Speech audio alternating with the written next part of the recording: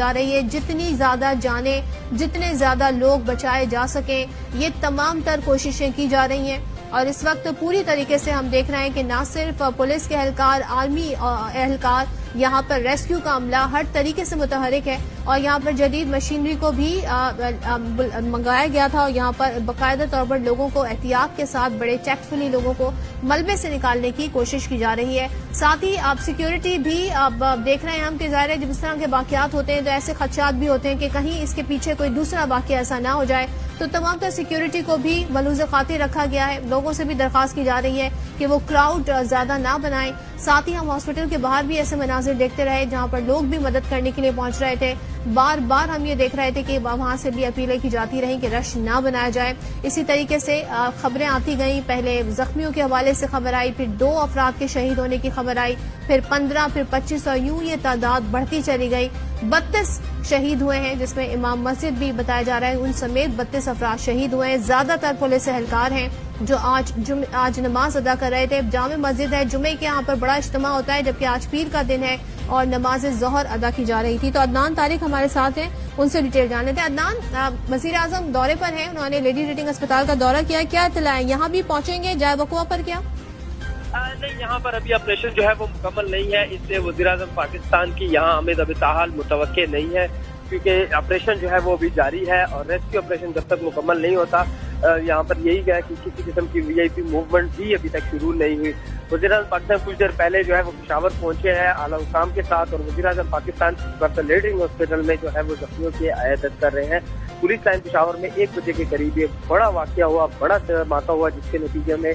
بڑا جانی نقصان ہوا۔ اس وقت ریسکیو آپریشن جو ہے وہ جاری ہے، جتنے پولیس لائن میں عملہ ہے ان کے تمام ڈیٹا جو ہے وہ باہر لکھا جا رہا ہے، اور ریسکیو آپریشن جو ہے مکمل نہیں ہوا۔ اب تک کی اطلاعات کے مطابق بتایا جا رہا ہے کہ ابھی اس وقت بھی جو ریسکیو کی بڑی مشینری ہے اس کے ساتھ جو ہے وہ تمام جو ملبہ ہے اس کو ہٹانے کی کوششیں جاری ہیں۔ جی ٹھیک ہے عدنان، آپ سے اس حوالے سے مزید بھی بات کریں گے، اور مناظر ہم آپ کو دکھا رہے ہیں، لیڈی ریڈنگ اسپتال کے باہر کے مناظر بھی آپ کو دکھا رہے ہیں، کیونکہ اب یہاں کا سیکیورٹی وزیر اعظم کے آنے کی وجہ سے اب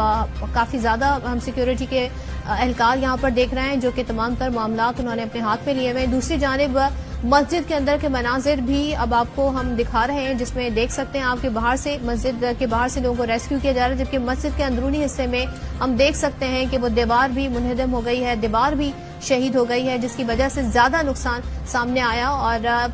یہ ابھی کہنا قابل از وقت ہوگا کہ دھماکے کی نوعیت کیا تھی، لیکن وفاقی وزیر داخلہ رانا ثناء اللہ یہ کہہ رہے تھے، اور ARY نیوز سے ہی گفتگو کرتے ہوئے انہوں نے کہا تھا کہ پشاور دھماکے کی مکمل تحقیقات کی جائیں گی، اور یہ دیکھا جائے گا کہ اتنے حفاظتی اقدامات کے باوجود خود کو حملہ آور پولیس لائن کے اندر کیسے پہنچا۔ اب آپ کو براہ راست لے چلتے ہیں، نون لیگ کے رہنما امیر مقام اس وقت میڈیا سے گفتگو کر رہے ہیں۔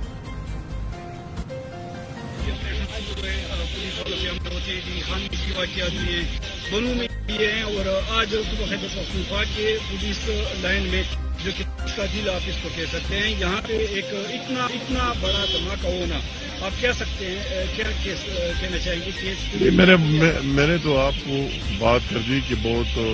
اہم ہے، اور اس کی اہمیت کو آپ دیکھتے ہوئے اگر اہمیت نہ ہوتی تو ملک کا وزیر اعظم اور ساتھ آرمی چیف اور ہم سارے ان کے درمیان نہ ہوتے، اس سے تو کوئی دوسری بات ہو ہی نہیں سکتی کہ بہت اس طرح واقعہ ہوا کہ اس کو سنجیدگی سے دیکھنے کی ضرورت ہے، اور وہی APS کی واقعہ جس طرح ساری قوم نے ایک ساتھ فیصلہ کیا تھا کہ اس کی نواز شریف صاحب کی قیادت اس کا مقابلہ کریں گے، آج پھر ضرورت ہے کہ اس طرف دوبارہ قوم بیٹھ جائے، تمام لیڈرشپ بیٹھ جائے اور اس میں یکسوئی ہو، اور ساتھ یہ ایک اناؤنس کرے، فیصلہ کرے کہ سب سے پہلے ملک میں امن لانا ہے، پیس لانا ہے، اس کے بعد سیاست، اور سب سے پہلے امن اور peace. Thank you all of you. Media سے